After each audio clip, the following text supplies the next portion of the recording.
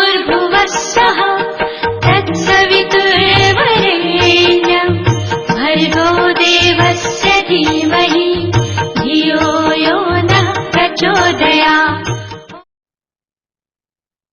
देवतुल्य अम्मा शक्ति आज स्वाध्याय चिंतन का हमारा क्रमांक 956 दिन गुरुवार 13 जून 2024। और आज हमारे बीच में आदरणीय श्री अजय कुमार सहगल साहब जो retired general manager Indian oil corporation limited R&D Faridabad से हैं। आज आपको जो विषय है वो है concept of stress and it's management. आप ज्यादा समय लेते हो, आदरणीय सहगल साहब से निवेदन करते हैं कि आज का उद्बोधन जारी करें। आदरणीय सहगल साहब। धन्यवाद आदरणीय प्रतिभागी साहब और मेरे साथी। सबसे पहले मैं शुरू करूंगा महात्मा गांधी जी जो प्रेयर किया करते थे, God grant me serenity to accept the things I cannot change, the courage to change the things I can, and wisdom to know the difference. इसका हिंदी अनुवाद जो मैंने किया, हे ईश्वर मुझे मन की शांति दे उन चीज़ों के लिए जो मैं स्वीकार करता हूँ मेरे बस में नहीं, साहस हिम्मत और सहन शक्ति दे जिनको करने में मैं समर्थ हूँ, और विवेक और बुद्धि दे दोनों में अंतर जानने के लिए। काफी हमारी समस्याएं इसी से ही सुलझ जाती हैं। आमतौर पर स्ट्रेस को देखा जाता है कि stress is caused by trying to have power over things that are beyond your control. जो हमारे बस में नहीं है उन चीजों को जब हम करने की कोशिश करते हैं तो हमारे अंदर स्ट्रेस पैदा हो जाता है। तो कुछ डेफिनेशंस वगैरह जो टर्म्स जो है स्ट्रेस की, मिस्टर हेन सेले ने 1936 में लिखी थी। उन्होंने डिफाइन किया था non specific response of the body to any demand for change.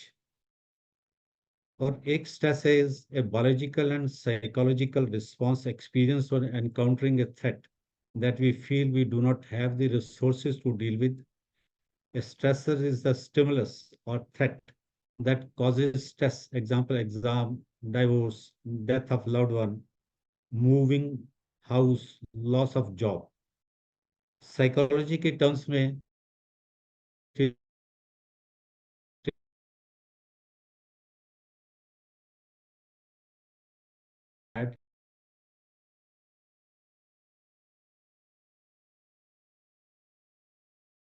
also plays a factor in motivation, adaptation and reaction to the environment.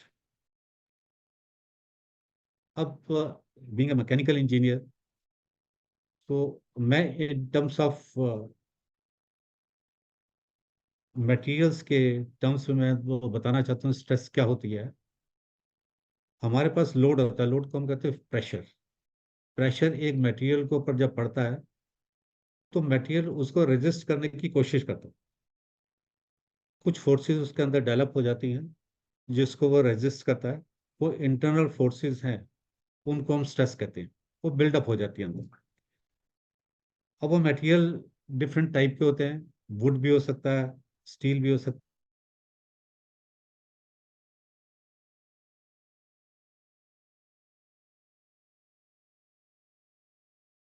देखते हैं कि लोड डेवलप हो गया तो डिफ्लेक्टेड बीम हो गई। एक हमने बीम रखी दो सपोर्ट के ऊपर, तो उसके ऊपर लोड पड़ा, तो डिफ्लेक्टेड बीम जब आ गई है तो ये कर्वेचर से तो इसके अंदर स्ट्रेस से डेवलप हो गया। तो जो इंटरनल रेजिस्टेंस है वो हमारा स्ट्रेस होता है, जो ऊपर से लोड हो वो प्रेशर्स हो जाते हैं।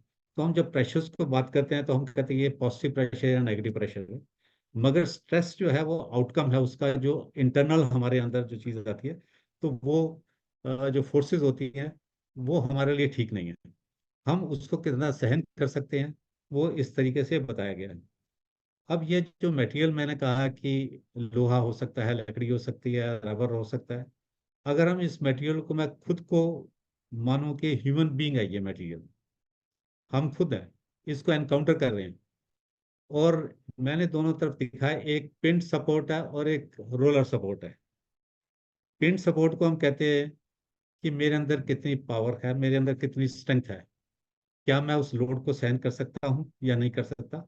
तो जो अंदर मेरी स्ट्रेंथ है, वो स्ट्रेंथ 5 बैलेंस से आते हैं। मैंने अपने लाइफ को कैसे बैलेंस किया वो, सबसे पहले आता है physically balance, mentally balance, socially balance, financially balance, spiritually balance. ये मेरे अपने आप में मेरा एक पिलर है जिसके सपोर्ट से मैं अपने आप को संभाल के रखता हूँ। अगर ये रोलर सपोर्ट जो दूसरी साइड अगर है, अगर ये हट जाए तो क्या होगा कि मैं अपने बलबूते के ऊपर कोई लोड अगर आता है तो मैं उस स्ट्रेस जो मेरे अंदर डेवलप है, क्या मैं उसको झेल पाता हूँ या नहीं पाता हूँ, वो मेरी स्ट्रेंथ के ऊपर डिपेंड करता है। तो हम कहते हैं दुनिया बहुत हसीन है अगर खुद पे आपको यकीन है। अगर आपको ये लगता है कि मेरे अंदर स्ट्रेंथ काफ़ी है और मैं उसको झेल पाऊंगा, तो बिल्कुल ठीक है, तो आप झेल पाओगे। ये डिपेंड करता है कि आपके ऊपर लोड कितना है और कितनी स्ट्रेस आपके अंदर डेवलप हुई है। अगर वो झेल पाने की ताकत नहीं है तो आपको एक रोलर सपोर्ट लेना पड़ता है। रोलर सपोर्ट को मैं इस अंदाज से लेता हूँ कि ये एक स्लिपेज वाला सपोर्ट है, जो आपका अपना सपोर्ट नहीं है, जो आपने दूसरी तरफ से लिया, दूसरे एंड से लिया हुआ सपोर्ट है। वो एंड क्या हो सकते हैं? आपका स्पाउस हो सकता है, आपके माता पिता हो सकते हैं, आपके भाई बहन हो सकते हैं, आपके दोस्त, आपके गुरु, आपके रिश्तेदार या दूर संबंधी, तो कोई भी वो हो सकता है। तो आपको ये देखना है कि ये सपोर्ट मेरे को कितना बचा सकता है। अगर ये रोलर सपोर्ट जो है, अगर ये नज़दीक आ जाए तो मेरी डिफ्लेक्शन थोड़ी कम हो जाएगी। अगर रोलर सपोर्ट दूर होता जाएगा तो मेरी डिफ्लेक्शन बढ़ती जाएगी। या दूसरा तरीका ये है कि सपोर्ट दोनों एक ही जगह पे है, मैं मटेरियल को चेंज कर लेता हूँ। अगर मटेरियल आयरन का है, सपोज करो फ्लैट है, तो डिफ्लेक्शन हो जाएगी उसमें। उसके अंदर अगर एक चैनल लगा देता हूँ, उसको टी सेक्शन बना देता हूँ, तो डिफ्लेक्शन थोड़ी कम हो जाएगी। एंगल आयरन लगा देता हूँ तो डिफ्लेक्शन थोड़ी कम हो जाएगी। इसका मतलब मुझे कुछ प्रॉपर्टीज में चेंज करना है। वो प्रॉपर्टीज कैसे चेंज होंगी? तो मेरी जो करेक्टरिस्टिक्स है, वो मैं अपनी करेक्टरिस्टिक को कैसे चेंज करूं? तो उसके लिए मुझे कुछ ना कुछ अपने ऊपर काम करना पड़ेगा। कोई ना कोई सहारा लेना पड़ेगा, कोई ना कोई ट्रेनिंग लेनी पड़ेगी, या मुझे योगा करनी पड़ेगी, या मुझे मेडिटेशन करनी पड़ेगी। कुछ भी हो सकता है जिससे मैं अपने आप की करेक्टरिस्टिक्स को चेंज करके उस डिफ्लेक्शन को कम करूं, स्ट्रेस बेरिंग कैपेसिटी को अपनी बढ़ाऊं। तो हमारा, अब मैं पिन सपोर्ट के ऊपर आता हूं। तो सबसे पहले मैंने फिजिकली बैलेंस है आपके नहीं, आपकी सेहत कैसी है, आप बीमारी को सह सकते हैं कि नहीं सह सकते। अगर आपकी सेहत अच्छी है, आप दूसरे के काम में आ सकते हैं या नहीं आ सकते। तो ये सबसे पहले हमारे को ये देखना कि मैं अपने शरीर का ध्यान रख सकता हूँ या नहीं रख सकता, और ध्यान रखने के लिए मुझे क्या क्या करना चाहिए, जिससे कि जो मेरा फिजिकल स्ट्रेस आ सकता है वो कम हो जाए। सेकेंडली, मेंटली बैलेंस होना चाहिए। मेंटली बैलेंस का मतलब यह है कि मैं कितना अवेयर हूँ दुनियादारी के लिए, मुझे क्या क्या मालूम है, क्या क्या सहूलतें हैं हमारे देश के अंदर या इंटरनेशनल लेवल के ऊपर। अगर मेरा एक्सीडेंट हो जाता है तो मुझे क्या एक्शन लेना चाहिए। अगर मैं मेंटली अलर्ट नहीं होता, मुझे मालूम नहीं है कि मेरे प्रति गवर्नमेंट ने क्या क्या एक्शन लिए हुए हैं या हमारे आसपास क्या सपोर्ट है, मुझे मालूम नहीं है, और मैं किससे अप्रोच मुझे करनी है, कौन मुझे बचा सकता है। अगर मेरे पास वो नॉलेज है तो मेरी स्ट्रेस कम हो जाएगी। अगर वो नॉलेज नहीं है तो मेरी स्ट्रेस बढ़ जाएगी। अगला हम कहते हैं फाइनेंशियली बैलेंस्ड। फाइनेंशियली बैलेंस है कि मेरे पास कितना पैसा है, क्या मैं उस पैसे को यूज करके अपने आप को उस स्ट्रेस लेवल से हटा सकता हूँ, क्या दूसरे की सपोर्ट मैं उससे ले सकता हूँ। हमारी जिंदगी शुरू से, बचपन से शुरू होती है, बच्चा पैदा होता है तो रोता है। अगर रोता है तो हम कहते हैं दुनिया में बेचारा आया है, तो कष्ट भोगने ले आया है, तो इसलिए रो रहा है। अगर नहीं रोता तो माता परेशान हो जाती है, माँ परेशान हो जाती है, डॉक्टर परेशान, तो रो क्यों नहीं रहा। तो स्ट्रेस का ये देखना होता है कि ये अगर नहीं रो रहा तो इसके अंदर क्या प्रॉब्लम्स है। तो हमें नहीं मालूम कि उसमें क्या प्रॉब्लम है, वो डॉक्टर ही दे सकता है। तो हमारे को ये देखना है कि वो आश्रित हम किसके ऊपर रहते हैं, दूसरे के ऊपर आश्रित हो जाते हैं। ऐसे वो स्कूल के अंदर जाता है, फिर उसकी एजुकेशन का देखना पड़ता है, उसके खाने पीने का देखना होता है, स्कूल जाएगा आएगा। तो उसकी रिस्पॉन्सिबिलिटी कौन लेता है, माँ बाप लेते हैं उसकी रिस्पॉन्सिबिलिटी। उसका बड़ा होता है तो उसको खुद की रिस्पॉन्सिबिलिटी का एहसास दिलाना होता है, उसकी नौकरी लगती है, नौकरी लगने के बाद उसको मेहनत करनी है। तो वो स्ट्रेस उसके ऊपर लोड अगर आएगा, प्रेशर्स अगर आएंगे, तो उन्हें आगे जिंदगी के आगे कुछ ना कुछ बढ़ना है। उसके बाद वो है कि जब वो पढ़ लिख जाता है तो नौकरी की तलाश होती है कि कैसी नौकरी मिलेगी उसके लिए, वो तैयार है या नहीं है, उसके ऊपर लोड कैसा है, जॉब रिक्वायरमेंट्स कैसी हैं, बॉस कैसा मिलता है। तो बहुत सारे लोड्स वगैरह उसके ऊपर आते हैं, उसको हैंडल करना उसके बस की बात है या नहीं। फिर उसकी शादी वगैरह हो जाती है, फिर वो स्पाउस के साथ आता है, फिर उसके डिवोर्स का कुछ चक्कर तो नहीं होता, उसके कंपेटिबिलिटी स्पाउस के साथ कैसी है, आगे कैसे चलता है। तो ये अगर हम देखें शुरू से लेके आखिर तक हमारे अंदर at different stages of life, तो हमारे पास लोड डिफरेंट होते जाते हैं, उसके प्रेशर्स डिफरेंट हो जाते हैं, स्ट्रेस लेवल हमारे डिफरेंट अलग अलग हो जाते हैं। तो उस स्ट्रेस लेवल्स को देखने के लिए फिर एक तो फाइनेंशियल सपोर्ट हो गया। अगला हम कहते हैं कि हमारा सोशल बैलेंस से सोशली बैलेंस है या नहीं। सोशली बैलेंस का मतलब ये है कि क्या हम रोलर सपोर्ट जो स्लीपेज सपोर्ट है वहां से हमारे को कितना सपोर्ट मिल सकता है, हमारे को माँ बाप से, भाई बहनों से, या रिश्तेदारों से, या दोस्तों से, जिसका हम यकीन नहीं कर सकते कि कितना वो करेंगे क्योंकि वो स्लिप करने वाले हैं। या माँ बाप हैं, अगर एक्सीडेंट हो जाता है किसी का तो बाप की डेथ हो जाती है, फाइनेंशियल लॉस हो जाता है, इमोशनल स्ट्रेंथ लेने के लिए कहाँ से हम लेंगे। तो वो स्लीपेज हो गई। तो अन्य हमारे पास सोर्सेज कौन कौन से हैं। तो क्या हम सोसाइटी के जो हमारे बंधे हुए हैं जिनसे, उनसे सपोर्ट ले सकते हैं, नहीं ले सकते।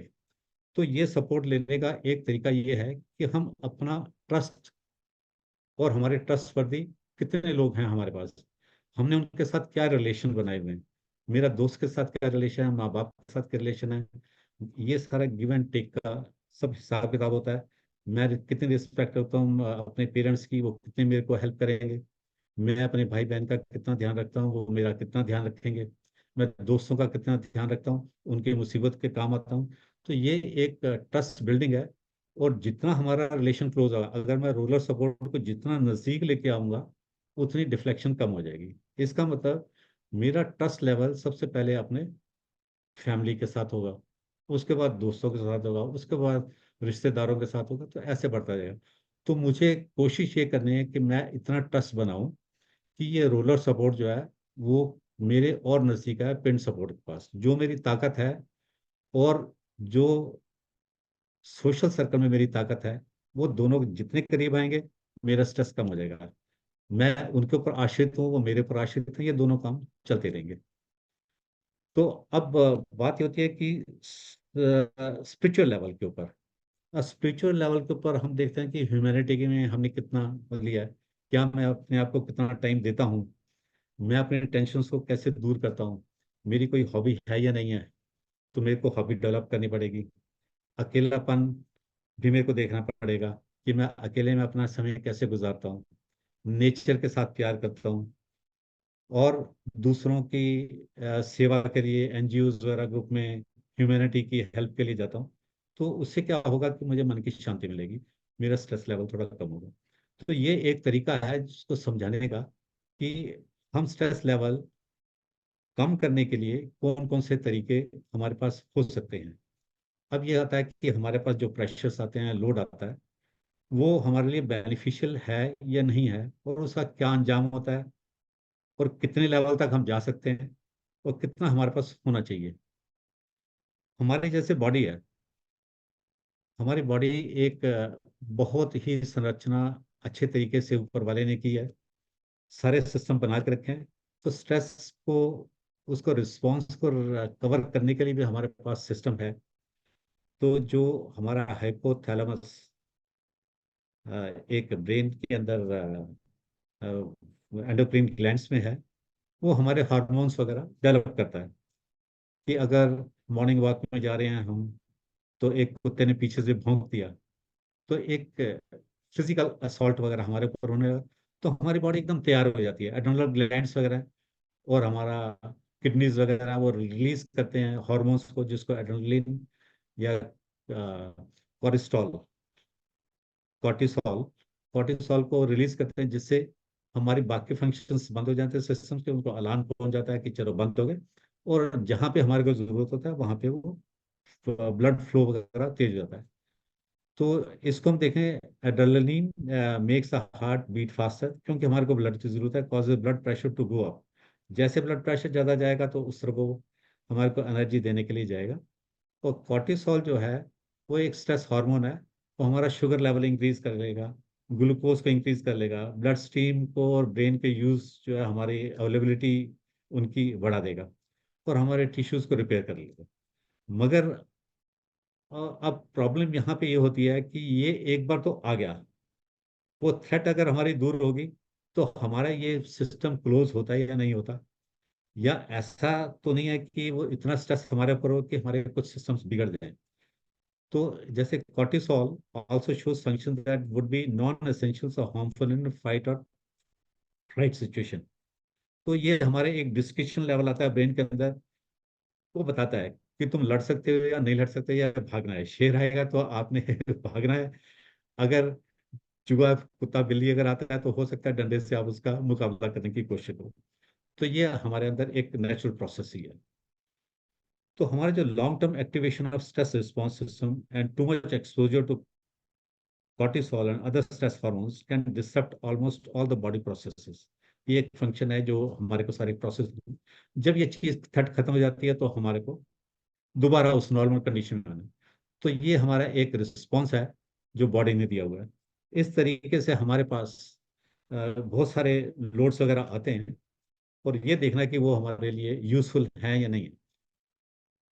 तो जैसे हमारे पास लोड आएगा तो हमारे अंदर जो स्ट्रेस डेवलप होता है, जैसे मटेरियल के अंदर हम हीट ट्रीटमेंट कर लेते हैं, आयरन है तो उसको यूजफुलनेस के लिए हम क्या करेंगे, कुछ कार्बन वगैरह की हीट ट्रीटमेंट देंगे, तो कार्बन डाल देंगे तो स्टील बन जाएगा, तो उसमें उसकी क्षमता थोड़ी बढ़ जाएगी, उसकी प्रॉपर्टीज चेंज हो जाएगी। इसलिए हमारे ऊपर जब लोड्स वगैरह कुछ बनते हैं, अंदर हमारे स्ट्रेस डेवलप होते हैं जो हमारे को चेंज कर देते हैं। वो चेंज करने के लिए हो सकता है वो अनप्लेजेंट हो, और हम उसके लिए एक्शन लेने के लिए तैयार हो जाते हैं। जब एक्शन लेने के लिए तैयार हो जाते हैं तो हम उसको अपने आप को थोड़ा बदल लेते हैं। तो ये हम कह सकते हैं कि हर कोई किसी ना किसी वजह से है परेशान, जो टूट गया वो बिखर गया, जो ढूंढ पाया समाधान वो निखर गया। तो हमारे को अपने आप को निखारना है। तो अब बात करते हैं, फिर वापस आते हैं इसके ऊपर, जब लोड पड़ता है तो making our heart beat faster to supply more blood to our muscles, ये producing more sweat to cool us down, ये बॉडी के फंक्शंस ही हैं जो हमारे को ठीक ठाक रखने के लिए कोशिश करते हैं। Tensing our muscles, getting them ready for action, taking deeper and quicker breaths to supply oxygen to muscles, shutting down body functions that are not required at the time of and digestion, racing thoughts, quickly narrowing to the available option to make quick response, fight or flight में जैसे में होता है। Prepare for business meetings, presentation, interviews और promotion and growth. अगर suppose कर लो कि मुझे बॉस ने कहा कि आप प्रेजेंटेशन में बहुत अच्छे हो, आप प्रेजेंटेशन दो यहाँ पर, और मुझे मालूम है कि मैं प्रेजेंटेशन में बोलने में तो बहुत अच्छा हूँ, परंतु मुझे जरूरत पड़ती है एक टाइपिस्ट की जिसके बेस के ऊपर मैं बोलता हूँ, और प्रेजेंटेशन बनाने के लिए उनको दे देता हूँ और बोलने के लिए मैं तैयार हूँ। तो बॉस ने कहा कि मुझे आधे घंटे के अंदर अंदर आपने प्रेजेंटेशन बना के वो देनी है। तो अब क्या हुआ मेरे पास कि मैं आके देखता हूँ मेरा सबॉर्डिनेट जो प्रेजेंटेशन बनाने वाला तो है ही नहीं। ये एक स्ट्रेस डेवलप हो जाता है। तो मुझे अब क्या करना है इस सिचुएशन के अंदर, अपने आप को तैयार करना है कि नहीं, मैं प्रेजेंटेशन देने में अच्छा हूँ, परंतु मुझे अपने आप को भी कंप्यूटर एक्सपर्ट बनाना पड़ेगा, प्रेजेंटेशन खुद बनानी पड़ेगी। तो वो एक हमारे को यूजफुलनेस है वो स्ट्रेस की, कि प्रिपेयर करना फॉर दिस टाइप ऑफ जो सिचुएशंस है उनके लिए। हमारे को prepare for growth of family, कुछ चीज़ें होती हैं बच्चा पढ़ाई नहीं अच्छी तरह कर रहा, स्ट्रेस होती है, हिम्मत करते हैं उसको पढ़ाई में अच्छा हो जाए। अगर उसका कुछ इंटरेस्ट है तो उसके लिए फिर हिम्मत करते हैं कि उसको जो रिसोर्सेज हैं उसको डेवलप करने की कोशिश करते हैं। तो ये कुछ स्ट्रेस हमारे लिए काफी फायदेमंद है, जो हमारे लिए, हमारी फैमिली के लिए, हमारे नियर वंस के लिए, सोसाइटी के लिए वो यूजफुल बन जाती है। तो अब बात करते हैं consequential positive impact of individual due to stress. जैसे हम इसको, स्ट्रेस हमारे ऊपर आती है तो हम हड़बड़ा जाते हैं कि मगर हमारे को डिसिप्लिन बना देता है। हम ज़्यादा डिसिप्लिन होने की कोशिश करते हैं और we try to put our best efforts in order to achieve thereby to improve our own capabilities. Then it also gives exposure to situations, hence we learn to handle, hence building up confidence in himself. Opportunity to understand others, ये भी कोशिश हमारी होती है जब stress में आता है कौन हमारा रिश्तेदार है और कौन हमारे को किस तरीके से हेल्प करता है हमारे को। और दूसरे की सिचुएशन अगर आती है जो हमारे सिचुएशन है, हम भी उसको अंडरस्टैंड करने की कोशिश कर सकते हैं, क्या हेल्प हमें प्रोवाइड करनी है। तो ये चेंजेस आ जाते हैं हम लोगों को। तो changes in behaviour becomes more humble to others. ये एक पॉजिटिव इफेक्ट आता है कि अगर सिचुएशन मैंने हैंडल की हुई है, मेरे ऊपर वो आते हैं, तो ये एम्पथी आ जाती है कि मैं दूसरे की, अगर वो उस सिचुएशन में आ गया है तो मुझे भी उसकी हेल्प करनी है। और वो मेरे अंदर पॉजिटिव थिंकिंग, मेरा बिहेवियर अपने दूसरे प्रति चेंज होता है। तो उस हालात में हम क्या करते हैं कि जिंदगी में आते रहते हैं उतार और चढ़ाव, हालात के अनुसार फिर रखना पड़ता है अपना पड़ाव। तो हम अपने आप को उस तरीके से अपने आप को संभालते हैं और उस हिसाब से अपने आप को चेंज करके उस हालात के अनुसार फिर चलना फिरना, जिंदगी को अडॉप्ट करना शुरू करते हैं। अगर ये स्ट्रेस बहुत ज्यादा हो जाती है, जिसको कहते हैं क्रोनिक स्ट्रेस, जो हमारे बर्दाश्त से बाहर हो जाती है, तो ये हमारे hypertension, heart diseases, sleeplessness, skin problems, asthma, ulcers, anxiety, depression, weakness of muscles and bone structure, इनके ऊपर इफेक्ट करती है।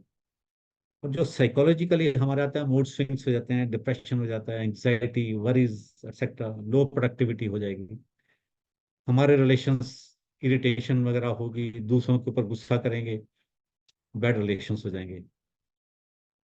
इन टोटल मिला के हमारी क्वालिटी ऑफ लाइफ बहुत पुअर हो जाती है।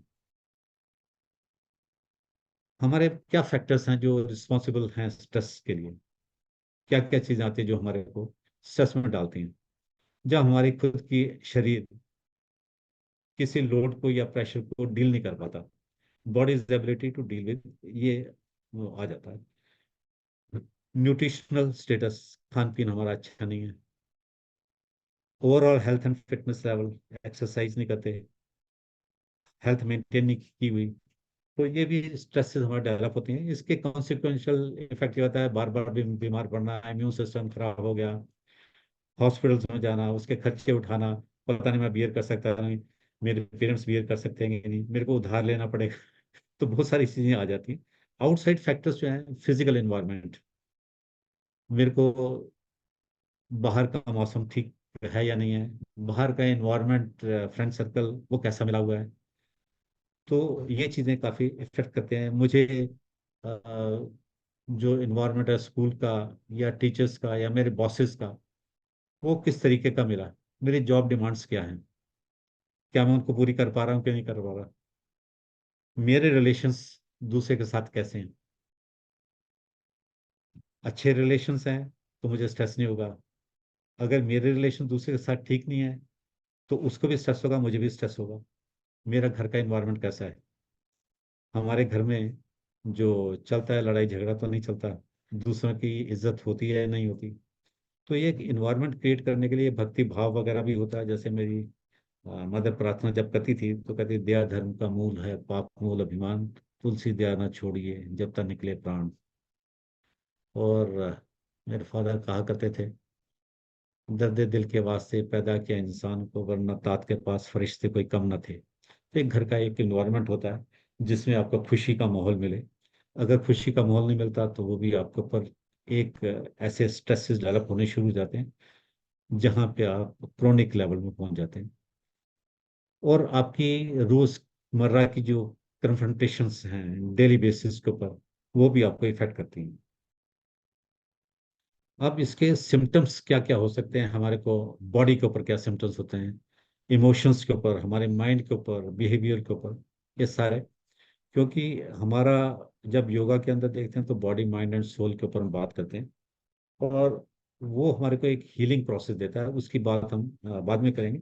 पहले देखते हैं हमारे ये जो स्ट्रेसेस आए हैं, जो बाहर से एक्सटर्नल फोर्सेस आए हैं, प्रेशर्स आए हैं, जो हमारे अंदर स्ट्रेसेस डेवलप हुए हैं, वो बॉडी के अंदर हमारे को क्या रिस्पॉन्ड करते हैं।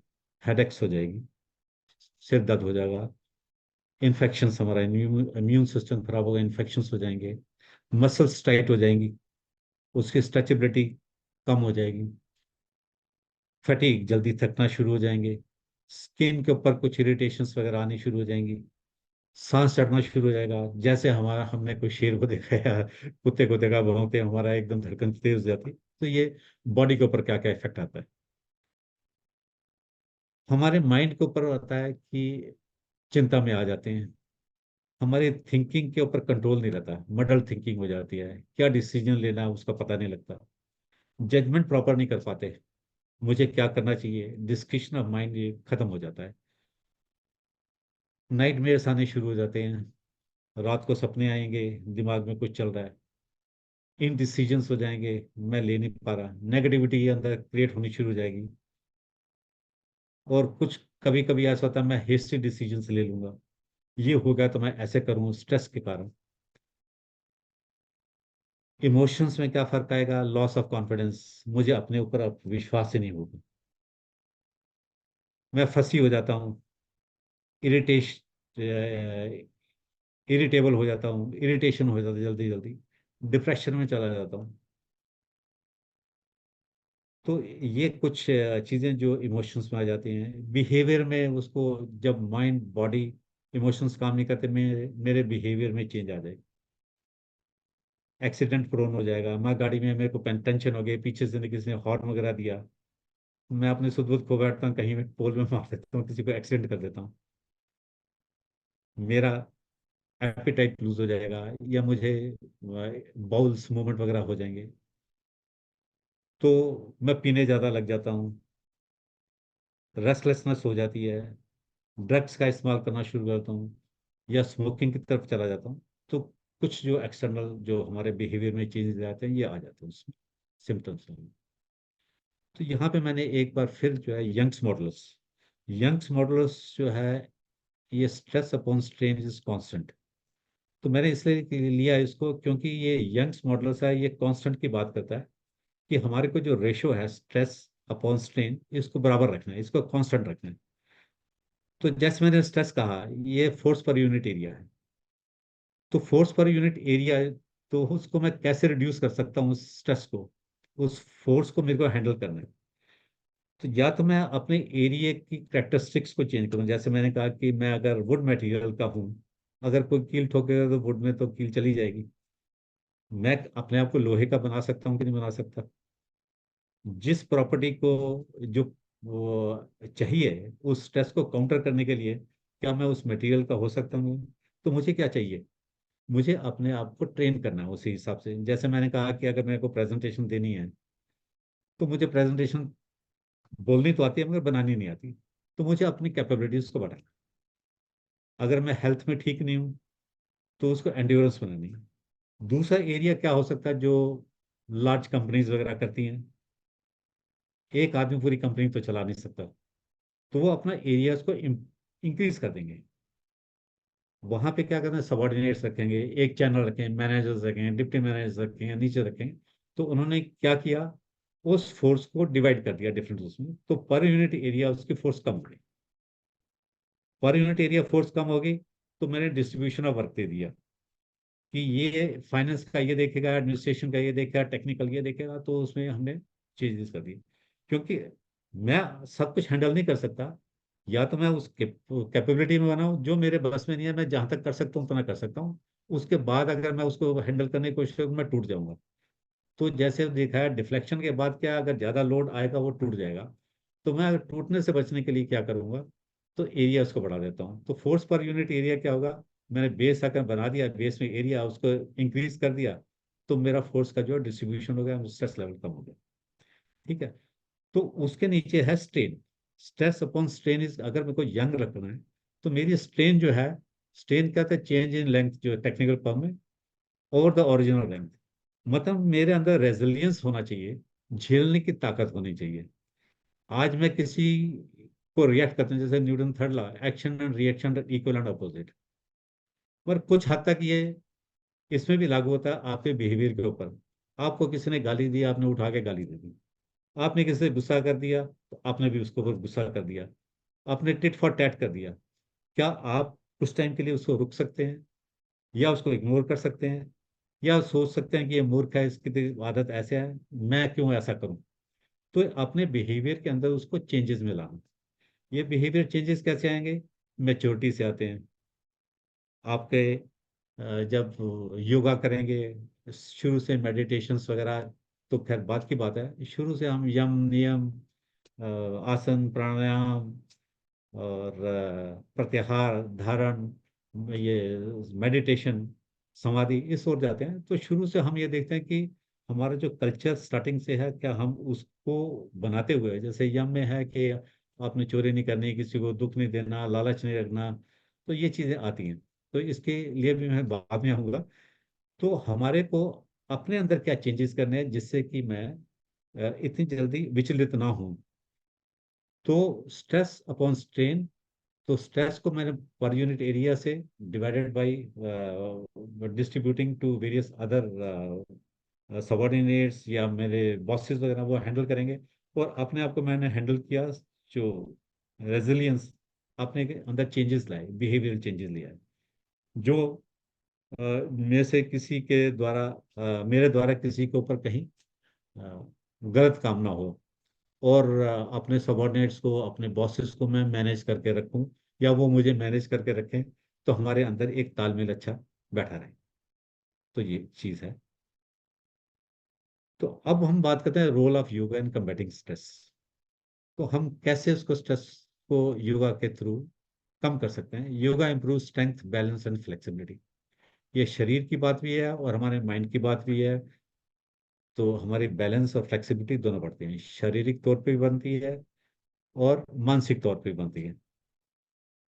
Yoga can help reduce stress because it promotes relaxation, क्योंकि हमारे को उसमें आराम मिलता है। क्योंकि योगा एक ऐसा पोस्चर है जिसके अंदर हम बहुत तेजी से दूर नहीं जाते। जैसे डायनेमिक एक्सरसाइज होते हैं, उसके ऊपर हम जोर लगाते हैं। योगा के अंदर हम आसन में बैठ जाते हैं और एक अपने मन को कंट्रोल करते हैं। तो योगा एक टेक्निक है जो हम कटअप करते हैं दुनियादारी से, अपने इंटरनल को कनेक्ट करने की कोशिश करते हैं। बाहर के वर्ल्ड को डिस्कनेक्ट करके इंटरनल वर्ल्ड के अंदर जाते हैं, और अपने आप देखते हैं कि हमारे अंदर क्या कैपेबिलिटीज है, मेरे अंदर क्या है। जो लॉज बाहर है वो मेरे अंदर भी लॉस एप्लीकेबल होना चाहिए। अगर न्यूटन थर्ड लॉ अगर बाहर है, मटेरियल के ऊपर है, तो मेरे अंदर भी वो न्यूटन थर्ड लॉ होना चाहिए। कंजर्वेशन ऑफ एनर्जी, अगर हम कहते हैं कि energy remains constant, it changes from one form to another form, मैं अपनी लग्जरीज को कन्वर्ट कर देता हूँ। तो जैसे एनर्जी हम आईसी इंजन में क्या करते हैं, केमिकल एनर्जी को हीट एनर्जी में कन्वर्ट किया, हीट एनर्जी को केमिकल मैकेनिकल एनर्जी में किया, तो हम एडवांटेज ले लेते हैं। क्या मैं अपनी एनर्जीज को एडवांटेज में ला सकता हूँ या नहीं ला सकता? मेरी क्या है, कंफर्ट्स है। मैं अगर कंफर्ट लेता हूँ, लग्जरीज एसी में बैठकर, गाड़ियों में जाकर, एक जगह से दूसरी जगह अपने शरीर को इस्तेमाल नहीं करता, एक्सरसाइज नहीं करता, तो मैंने लग्जरीज तो ले ली, कंफर्ट ले लिए गाड़ी में जाकर, एसी में बैठकर, मगर डिस्कम्फर्ट क्या किया? डिस्कम्फर्ट जो स्ट्रेस मेरे ऊपर लेवल आया, मेरा इम्यून सिस्टम खराब हो गया, मैं बीमारियों से उलझ गया, रोज रोज बीमार पड़ जाता हूँ। तो उसका स्ट्रेस क्या होगा? मल्टीपल स्ट्रेसेस हैं। बार बार हॉस्पिटल जाना, कोई मेरी केयर करेगा, किसी दूसरे से हेल्प लेना, financial losses, time losses, loss of job, कई चीजें हो सकती हैं। अगर मैं एक्सरसाइजेस करूं, अपना शरीर का ध्यान रखूं, मेडिटेशन करूं, अपने आप को ठीक रखूं, तो ये सारी चीजें अवॉइड हो सकती हैं। तो इस तरीके से मैं अपने माइंड को, अपनी ब्रीथिंग को, अपने आप को इम्प्रूव कर सकता हूँ। रिलीज ऑफ स्ट्रेस, ये by getting rid of toxins, accumulated stress hormones, release of endorphins. Endorphins क्या होता है, हमारे को खुशी का माहौल देते हैं। अगर मेरे स्ट्रेस दूर हो जाती है और मैं नेक काम में लगता हूँ, दुनिया की मदद करता हूँ और दुनिया मुझे मदद करती है, मुझे किसी के दुख में जाकर उनकी मदद करने में खुशी मिलती है, मैं प्यार बांटने लगता हूँ तो मुझे खुशी मिलती है, तो मेरे अंदर क्या होगा, एक खुशी का माहौल होगा, एंडोर्फिन्स ग्लैंड्स वो हमारे आएंगे, जो वेल बीइंग के लिए हमारे काफी और रिलैक्सेशन में मदद करते हैं।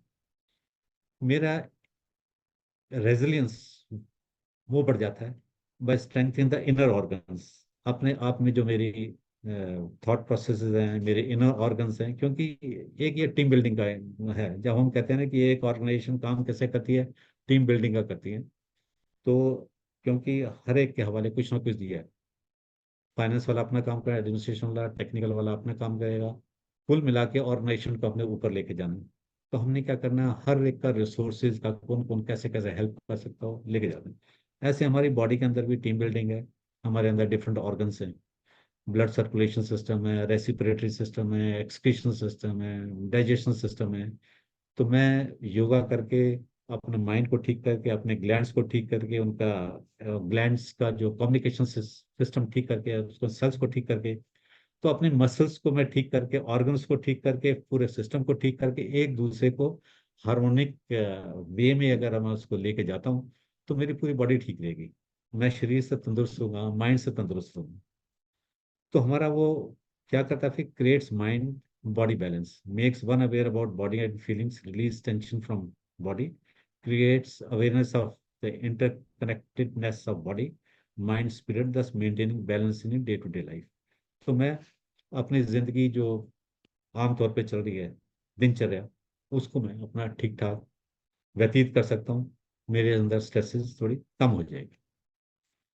यहाँ पे योगा का इंटीग्रेशन क्या है, अ, तीनों का तालमेल है, mind, body and soul. Mind हमारे को कॉन्शियस थिंकिंग देती है। माइंड हमारी पार्ट ऑफ बॉडी नहीं है। एक ये समूह है हमारी थॉट्स का, और उन स्मॉल जो हमारे एक्सपीरियंसेस हैं और थॉट्स वगैरह आती हैं, उसके बेस के ऊपर हम उसकी रीजनिंग करके अपनी चॉइस लेते हैं, मुझे ये करना है, मुझे वो करना है, कुछ बिलीव्स वगैरह आ जाती हैं। ये बिलीव्स कैसे आएंगी, जब हम अपने आप को दुनियादारी की नज़र से देखेंगे, परमात्मा की तरफ से देखेंगे, और अपने आत्मा को मेरी कॉन्शियस क्या है, वो क्या चाहती है, तो उसको मैं अगर मैं सोचने में लगूंगा और परमात्मा के साथ जोड़ने में लगूंगा, तब जाके मैं अपने इमोशंस और एटीट्यूड्स को कंट्रोल में लेके आ सकता हूँ। और it is attitude which decide the altitude a person going to achieve.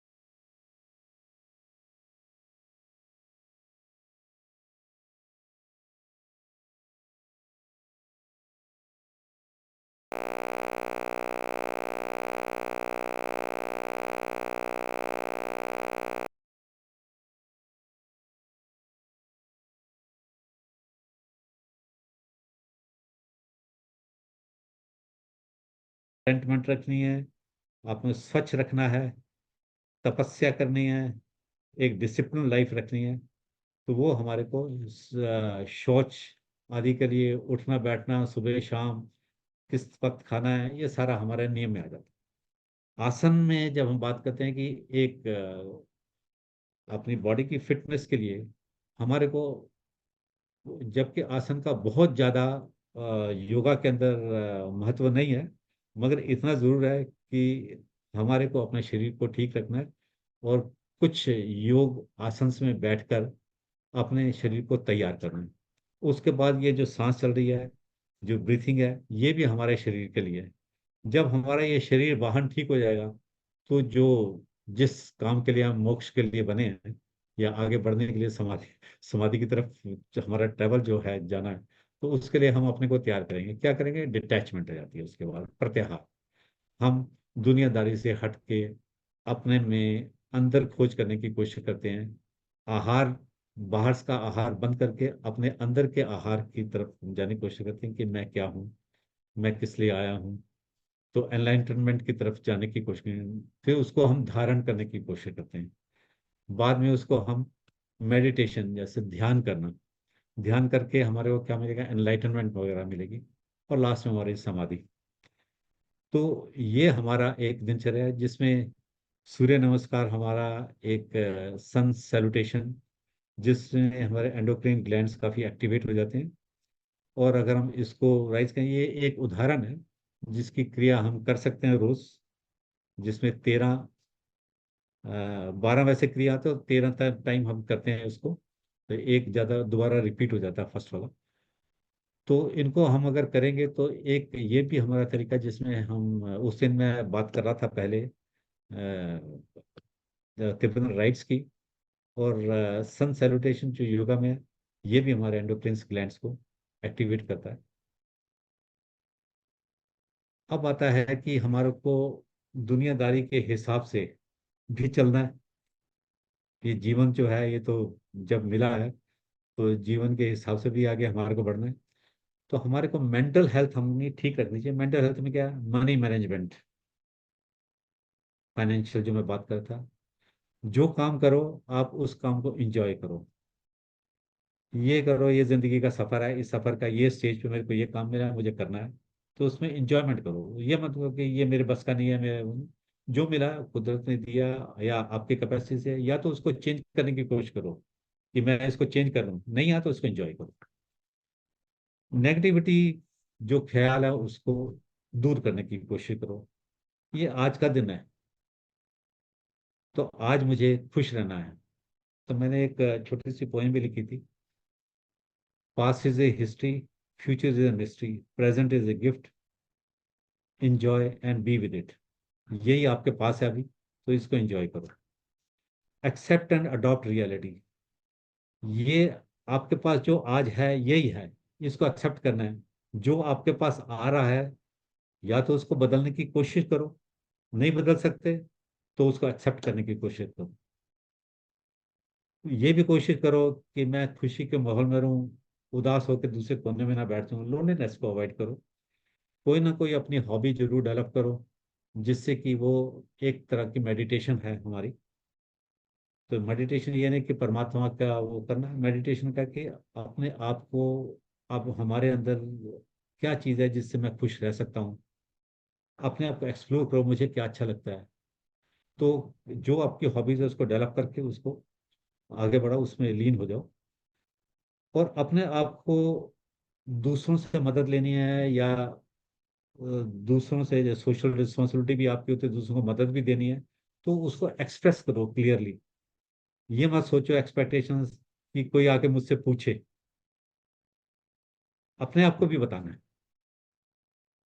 कि मैं आज खुश हूं या नहीं हूं, या मुझे क्या चाहिए, क्या आप मेरी हेल्प कर सकते हैं। अडेप्टेबिलिटी भी होनी चाहिए उसके साथ साथ। राइट एटीट्यूड रखो जिंदगी के अंदर, पॉजिटिव एटीट्यूड रखो। Learn continuously for growth and life management. मुझे जिंदगी में ऊपर बढ़ना है, तो कैसे बढ़ना है? सही तरीके से बढ़ना है। जिस तरीके से बढ़ना है, सच्चाई से बढ़ना है, मेहनत से बढ़ना है, कर्म करके बढ़ना है, और अपनी जिंदगी को ठीक तरीके से एंजॉय भी करना है, बाहर घूमना है, रिलैक्सेशन करना है, सब कुछ करना है। और मल्टीटास्किंग की बहुत वगैरह बात होती है, मल्टीटास्किंग भी आपको कई बार बहुत स्ट्रेस देती है, मैं ये भी कर लूँ वो भी कर लूँ।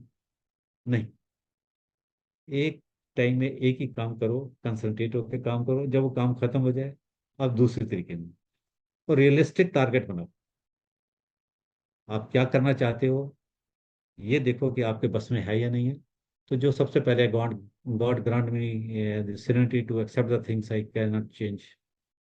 मुझे मन की शांति दो, मुझे पता होना चाहिए, विवेक और बुद्धि दो, कि मुझे पता लगे कि मेरे बस में क्या है, मैं वो टारगेट उसी को बनाऊं जो मेरे बस में है।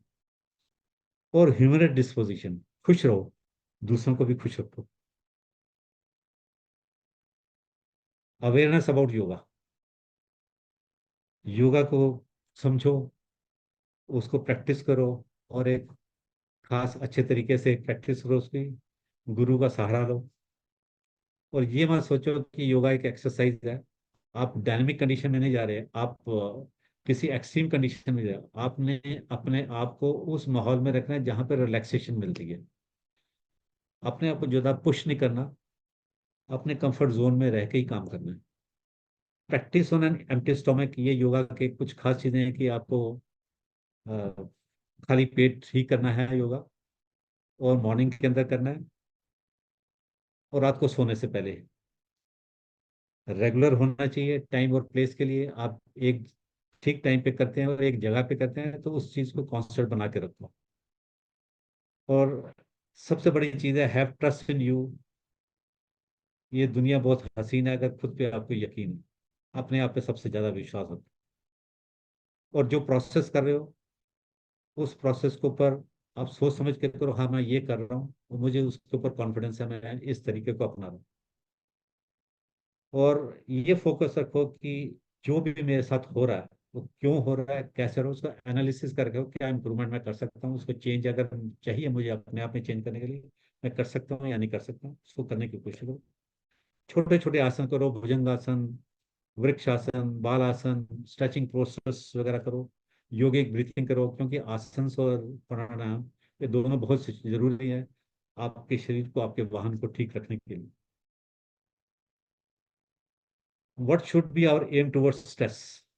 Dr. Hans Kelly, an international and renowned scientist who originally identified the stress response and its effect set, उनका जो कहा हुआ है, our aim should be to completely avoid stress।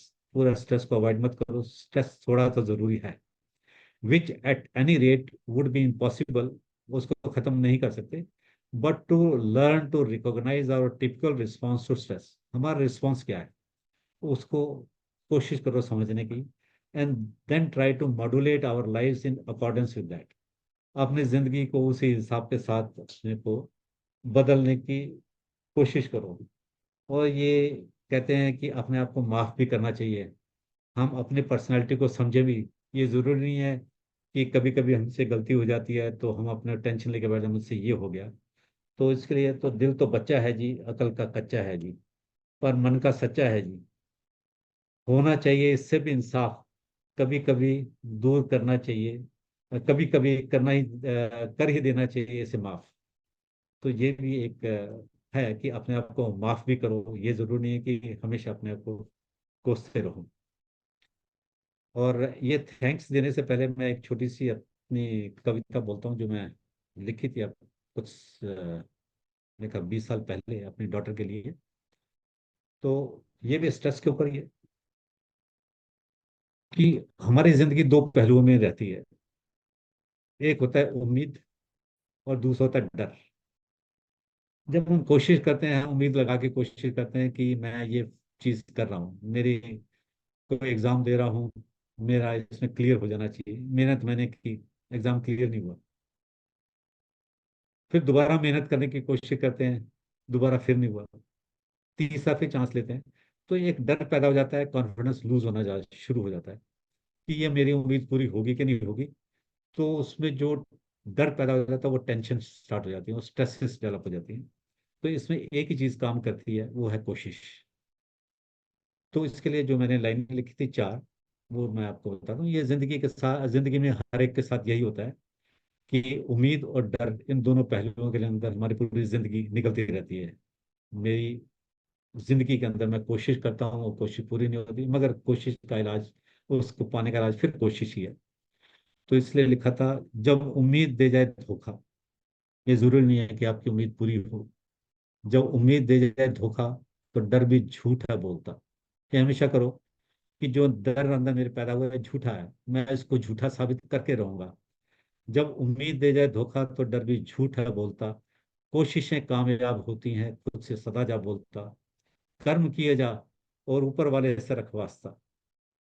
कर्म किए जा और ऊपर वाले से रख वास्ता। राह में कांटे भी अगर आ जाएंगे तेरे, देख कर हौसला तेरा खुद खोल देंगे रास्ता। So be happy always. Thank you very much. बहुत बहुत धन्यवाद आदरणीय शेखर साहब। इसको अब इसकी किसी की कोई जिज्ञासा थैंक हो यू वेरी मच।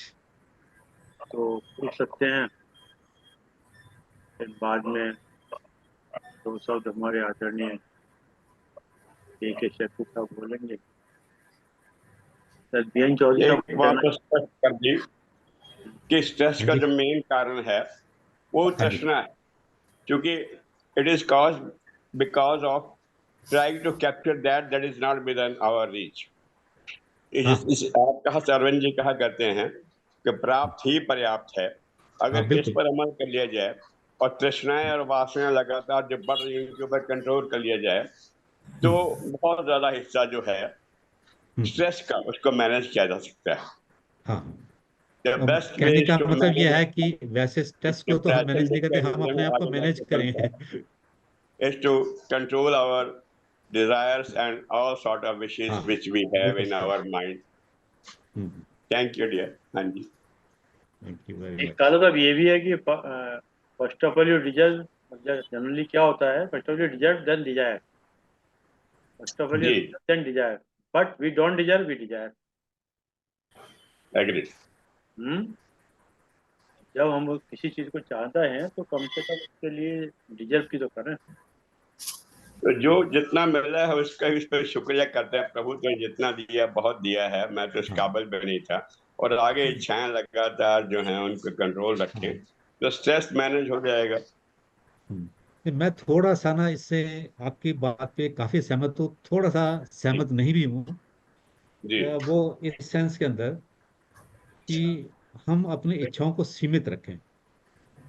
ये जरूरत है कि हम इच्छाओं को अपने कंट्रोल में रखें। और इच्छाएं अगर हम बढ़ाते हैं तो उसी हिसाब से अपनी आमदनी को बढ़ाएं। अगर हम इच्छा बढ़ाते हैं, अगर इच्छाएं खत्म करते हैं, तो जो हमारा रोजी ये रोटी प्रोग्रेस दूसरों ही की खत्म चलने हो जाएगी, दैट पर इज वेरी निर्भर ट्रू। करने के लिए। हाँ, तो प्रवृत्त तो होना है, लेकिन हाँ, उतना जितने हमारे साधन, अगर हाँ, साधन साधन मेरे है, पास ये नहीं है है गाड़ी कि BMW खरीदने की, तो मैं हाँ, उसके पीछे पड़ जाऊं, तो फिर हाँ, तो स्ट्रेस बढ़ेगा ही बढ़ेगा। हाँ, उतनी चादर तो होनी चाहिए जितनी लंबी सौड़, मतलब तो उतने पाँव उसकी पसारे जितनी लंबी सौड़। मेरी होनी चाहिए, और कैपेसिटी है नहीं मेरी, तो हाँ, दैट मेरी मीन्स इट कैपेसिटी नहीं है। या तो मैं अपनी कैपेसिटी को बढ़ाऊं, इज। अगर जी जी, डिजायर बढ़ाता हूं, मगर मेरे को कैपेसिटी पहले बढ़ानी है, डिजायर्स बाद में रखनी है। या डिजायर एग्री, के साथ साथ कैपेसिटी को बढ़ानी है। अगर मैं श्योर, कैपेसिटी नहीं है तो मैं डिजायर्स को अपने सीमित ही रखूं। Certainly right. साहब, एक चीज बोलना था कि आपको अगर अपने आप का डिजायर कम कर देंगे, ठीक है, डिजायर मतलब इसका डिजायर तो नहीं रखना चाहिए, लेकिन क्या स्ट्रेच करना चाहिए कि नहीं करना चाहिए? बोले aim at the sky you will reach the बच्चे स्टार्स। बच्चा एग्जामिनेशन दे रहा है, उसको स्ट्रेच तो करना ही पड़ेगा, स्ट्रेच। बोले aim at the sky you will reach the stars. भैया उड़ान तो एम तो ऊंचा रखना ही चाहिए जीवन में।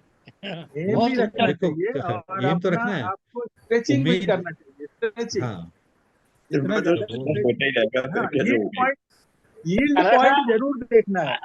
ऑब्जेक्टिव तो आप बहुत हाई रखना चाहिए ना अपना स्तर तो। एक्सेलेंस तो कोई लिमिट नहीं है, there is no no limit हाँ, टू तो जैसे एक्सेलेंस। मैकेनिकल इंजीनियर साहब बोले कि यील्ड यील्ड पॉइंट को ध्यान में रखना चाहिए। नहीं, मैंने ये भी कहा स्ट्रेचिंग कि तो अपनी करना चाहिए, कैरेक्टरिस्टिक्स को लेकिन इम्प्रूव भी करना है, अपने यील्ड स्ट्रेसेस को पॉइंट तो कम करने ठीक के से, लिए। ट्रेनिंग देनी है, अपने आप को भी देनी आप है। टेम्परिंग करिए, मटेरियल ऑफ कंस्ट्रक्शन टेम्परेरी बढ़िया बनाइए, वो अलॉय भी बनाइए, वही है, वही है, अलॉय स्ट्रेचिंग बनाइए, करना अलॉय चाहिए। वो हीट अलॉय ट्रीटमेंट देनी अलॉय है, मटेरियल हीट ट्रीटमेंट अपने आप चेंज को देनी करिए। है। आपको रीइंफोर्समेंट करना है। आप ब्रिज बनते हैं तो आप ये नहीं कह सकते कि मैंने गर्डर रख दिया तो ब्रिज बन गया, उसकी रीइंफोर्समेंट पूरी चाहिए। उसके ऊपर लोड आएगा, उसके स्ट्रेसेस डेवलप होंगी, तो गर्डर पूरे लगेंगे नीचे। तो अगर वो गर्डर नहीं लगाएंगे तो काम नहीं चलेगा।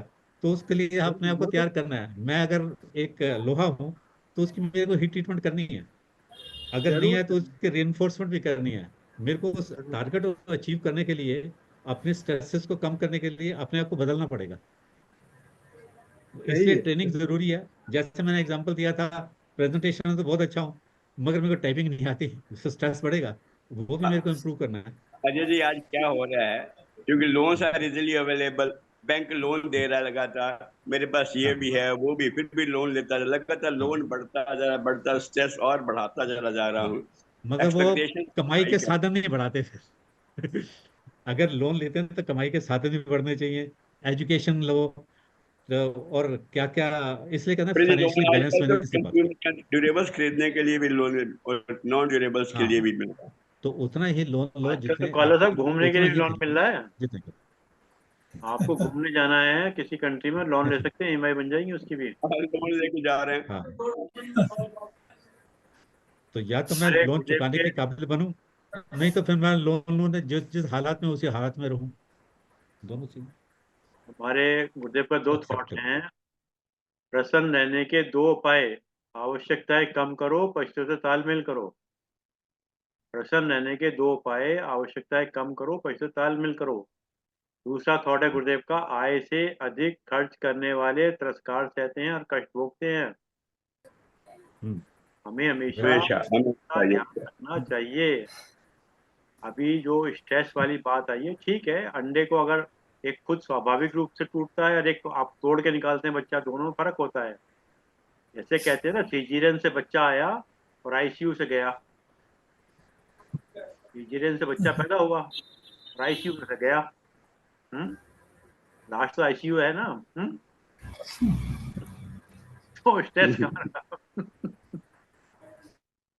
हमने एक बार रखा था, शायद ऋषि साहब को ध्यान होगा, जीवन में वो तनाव की बीकानेर उपयोगिता। वो जीवन में बीकानेर तनाव की वालों जी ने उपयोगिता कहा था गुरुदेव का स्ट्रेस कर ले, बहुत अच्छा लेक्चर था वो हमने भी। रखा था, जीवन में तनाव की उपयोगिता। तनाव होना चाहिए, पर किस लेवल तक? उसी किस बहुत लेवल लेवल अच्छा तक था, होना चाहिए? जहां बहुत पर अच्छा था वो। आप लाइन ऑफ एक्शन ना बिगड़े। वो बीकानेर हम्म, वालों ने दिया था, उन्होंने स्ट्रेस बहुत अच्छा। क्वेश्चन क्या है कि स्ट्रेस होना चाहिए। जैसे मैंने कल कहा था, संतुष्ट मन सबसे पहले, संतुष्ट मन है फिर आदमी आगे काम बढ़ाए। अगर हमारा मन ही संतुष्ट नहीं है, मैंने कर्जा लेके करके लेके अपना, वो पहले कहते थे ना, कर्जा लेके भी घी पियो, तो क्या फायदा घी पीने से? हाँ, आप डिजायर रखो, उसके लिए मेहनत करो, और डिजायर को पूरा करने के लिए जब आपके पास रिसोर्सेज हैं तब उसको पूरा करो। डिजायर रखो जरूर, पूरा करना है तो पहले रिसोर्सेज को बटोरो। कि अगर सही है। मेरे को आज मैं साइकिल पे हूँ, गाड़ी पे जाना है, तो मेरे को गाड़ी की डिजायर रखनी है, गाड़ी खरीदनी नहीं है। स्पोर्ट्स की चाहिए। मुझे पहले अपने आप के रिसोर्सेज बढ़ाने हैं। ये नहीं कि लोन लेकर, मेहनत करके, पढ़ाई करके, नौकरी अच्छी पाकर रिसोर्सेज पहले बढ़ाए। मैं जब काबिल हो जाऊंगा, डिजायर अपनी पूरी करूंगा। और सेकंड साहब, इसमें एक और विचार है। मरने के बाद जितना हम्म, हम छोड़ के जाते हैं, इसका मतलब उससे उससे कमाने की आवश्यकता भी नहीं थी। आप ये भी तो देखिए ना। हाँ हाँ हाँ। लेकिन क्या जितना हम हमने क्या छोड़ के पता जाते नहीं हैं, ना कब मरना है। हाँ। हम इंडियन पता नहीं ना मेंटेलिटी कब मरना में, है। नहीं नहीं, हम पता बेशक इंडियन ना हो, हर एक मेंटेलिटी को इतना हमारी यह पता है है ना कि कि हम अपने लिए तो जीते नहीं, अपने बच्चों के लिए जीते हैं। नहीं नहीं, ये क्वेश्चन सोचते ये हैं आता है उनके सेकंड काम साहब कि आएगा। मेरा कहना तो ये ये है, उस कमाने के लिए हमने कितनों के आगे झूठ बोला, कितनों के आगे हाँ, गिड़गिड़ाए, कितना कितनों कितना। के आगे हम हाँ अपने को डिसऑनेस्ट रखा, कितनों के अंदर हाँ हमने वो रखा। उसकी तो कोई हाँ, आवश्यकता नहीं थी ना। आवश्यक है। इसलिए तो हाँ, कॉन्शियस क्लियर अपना होना चाहिए, तभी तो तो ये है यम ना। से स्टार्ट होती है। आपका ग्रीड, लालच, हम्म ये चीजें नहीं होनी चाहिए, ये यम से। आप आसन की तो बाद में बात आती है, पहले तो आपके विचारों की बात आती है, आपके आचरण की बात होती है, फिर उसके बाद नियम की बात होती है, नियम के बाद आसन की बात होती है। शरीर बाद में आता है, पहले आपके सोच विचार ही ठीक होने चाहिए, फिर शरीर ठीक होना चाहिए। शरीर, क्योंकि आपने जब आगे बढ़ना है, मोक्ष की तरफ जाना है, तो शरीर को तो, वाहन को तो ठीक होना ही चाहिए। मेरे को आज दिल्ली से बेंगलोर जाना है, और रास्ते में गाड़ी खराब हो जाए तो मैं तो, मेरा लक्ष्य तो पूरा नहीं हुआ। उस गाड़ी को तो पूरा ठीक रखना है, उसको मेंटेन करके रखना है, तो हमारा शरीर तो ठीक रहना ही चाहिए। तो उसके लिए सारे सारे ये जो स्ट्रेसेस होते हैं इसको मिनिमम करना है, उतना ही रखना है जिससे जितनी मेरे को आवश्यकता है अपने आप को आगे तरक्की की तरफ ले जाने की तरफ, तो वो तो स्ट्रेस देना ही पड़ेगा। चलिए शेखर साहब, कुछ धन्यवाद के दोस्तों। धन्यवाद आदरणीय शर्मा साहब। आज का अजय सहगल जी का सेशन बहुत टेक्निकल था, तो इन्होंने बड़े साइंटिफिक तरीके से समझाया कि क्या क्या कारण बनते हैं स्ट्रेस को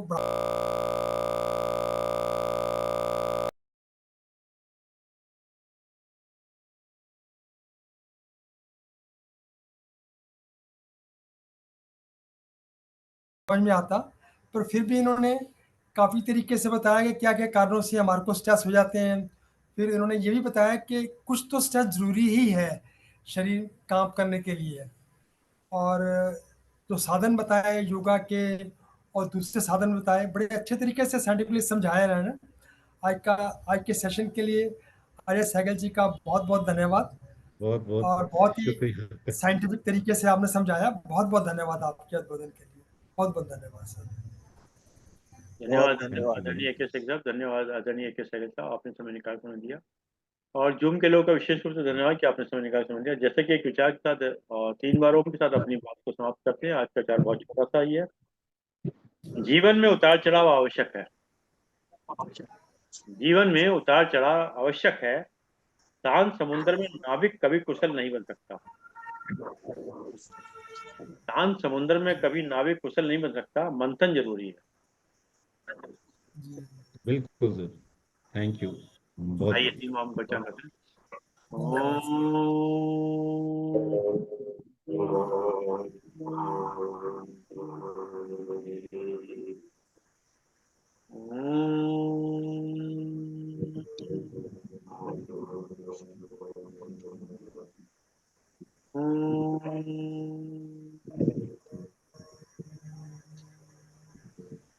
शांति शांति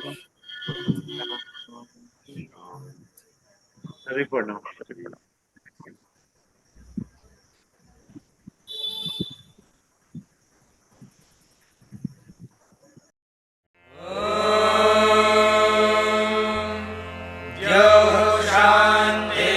शान्तिरन्तरिक्षं शान्तिः पृथिवी शान्तिरापः शान्तिरोषधयः शान्तिः वनस्पतयः शान्तिर्विश्वे देवाः शान्तिर्ब्रह्म शान्तिः सर्वं शान्तिः शान्तिरेव शान्तिः सा मा शान्तिरेधि। ॐ शान्तिः शान्तिः